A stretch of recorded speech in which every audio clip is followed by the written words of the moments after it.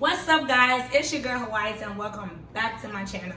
I'm back again with another video, and today, if you don't know who she is, you tripping, you ain't loyal. But I'm here with my bestie, IE Fashion. Hello. I'm gonna go ahead and put her information on the screen and below, so make sure you subscribe to her channel.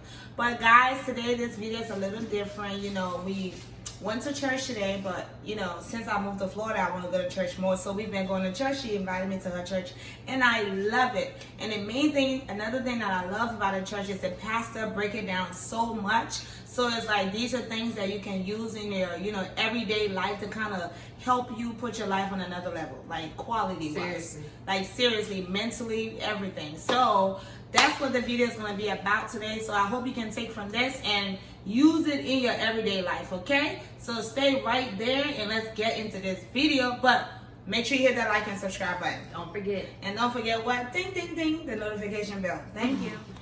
But anyways, like today, I was in church work. Yeah, she wrote a whole book, y'all, which is good. It's good to take notes so you can read back on them. I was writing like a maniac, and she was like, "Damn, she go, you wrote that? You couldn't remember that?"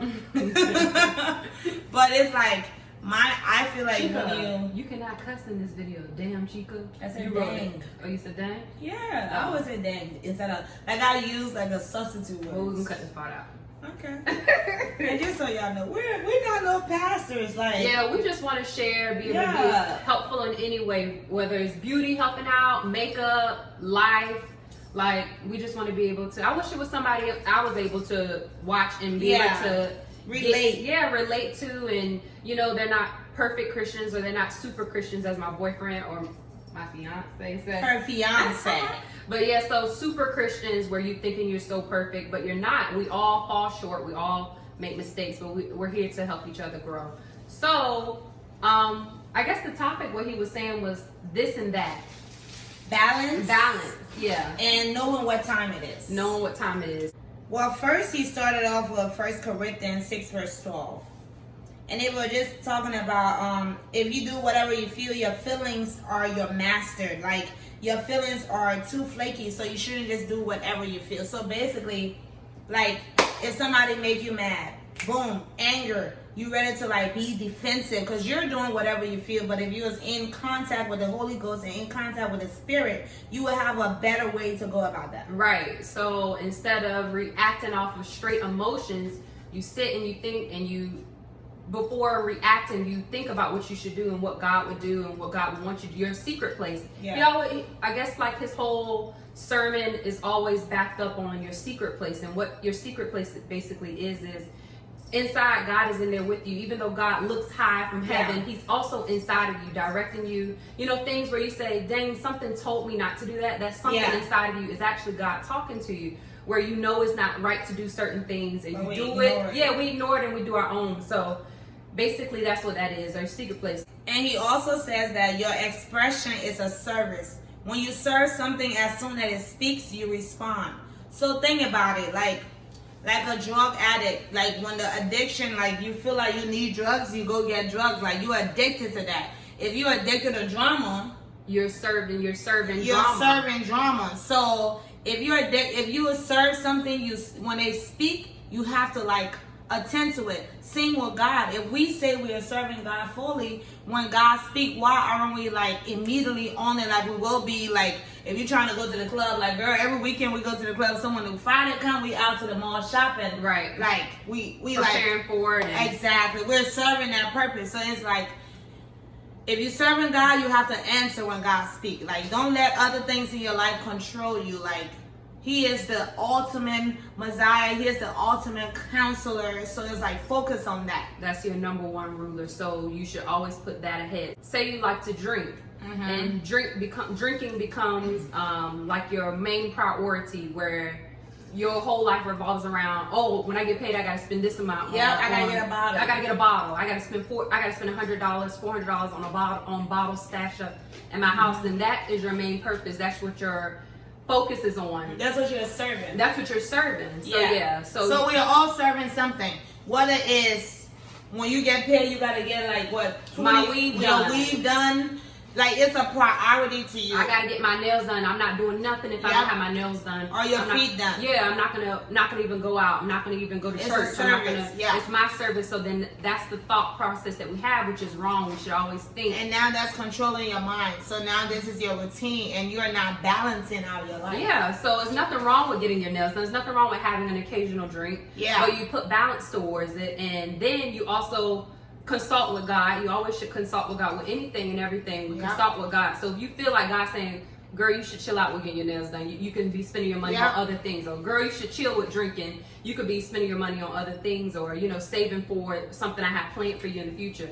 You got to consult with God. He brought up mental illness. Wow. Yeah, he did. And when he brought that up, you can tell that it touched a lot of people in the church, because it was like the reaction was different. It was like, okay. Oh. Yeah. Because he was like, I will say that mental illness, the solution to mental illness is the spirit. And then he said, you can, like, brain damage and mental illness is like, of course, we know it's two different things. Right. Your brain is a muscle. Your brain can be damaged from an accident, from like somebody probably hitting you or knocking you over or whatever. That's brain damage. But mental illness is all about the mind. And the mind is the spirit. Right. He brought up an example of depression, where you think about things in your life that aren't going your way, or negative things. Like, I lost my job. My boyfriend got in a car accident and now he can't walk. I'm going to be homeless next week. I can't pay my car note. And so those are things you're dwelling on. So now these are thought processes that you are now focusing on yourself, because these are also self things that you're actually dwelling on. When you actually, if you give those things up, though they're happening, it doesn't take away from them that they're realistic things that are happening. But you actually dwell on God now, and God is going to lead you into fixing or being able to get you out of those situations. Your mind. So that's how you can get out of depression. And certain things, certain strokes for different folks, but actually, like, it's hard to say, because you can be depressed from like losing a loved one. And that's hard. But he also brought up a Bible verse. Job. He talked about Job in the Bible. Job was sick. Job lost everything. Job was like, even though he has slayed me, I will still trust him. Right. Basically, God took, like, he had nothing. He came from having it all to having nothing, to being sick. It's people that, like, I feel like in life, everybody's problems is on a different level. Right. You are sitting in your situation, if that's all you're thinking about. It's like, if you literally just name everything about your life that's horrible, of course you're depressed. Right. What else in your life happened great today? And he also stated that we are not built in any way, shape, or form to handle every aspect of our life without God. Right.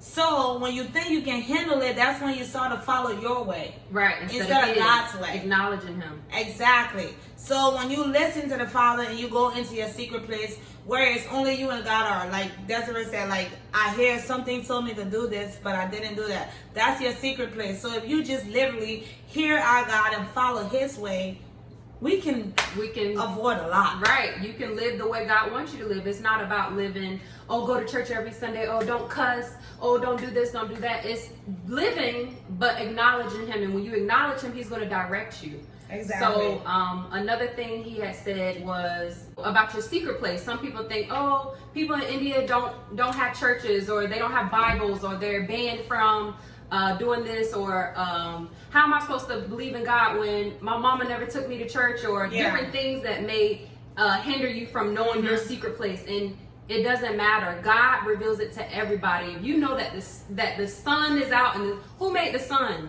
Oh, it just existed. Like, God is real, and everybody knows that, but you have to be able to acknowledge that. And God is going to present himself to everybody in different situations.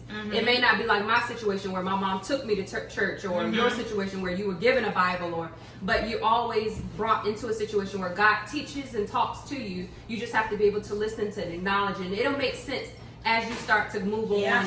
And it's a relationship with God is something you have to work on. Like, he also stated, like, you don't, at your job, you don't go for one day and it make you the freaking manager. Right. You have to keep working and showing what you are capable of doing to earn that position. Right. So same thing with God. You don't just pray one time and then think everything is going to be fixed. Right. Ooh, and brought me to another point.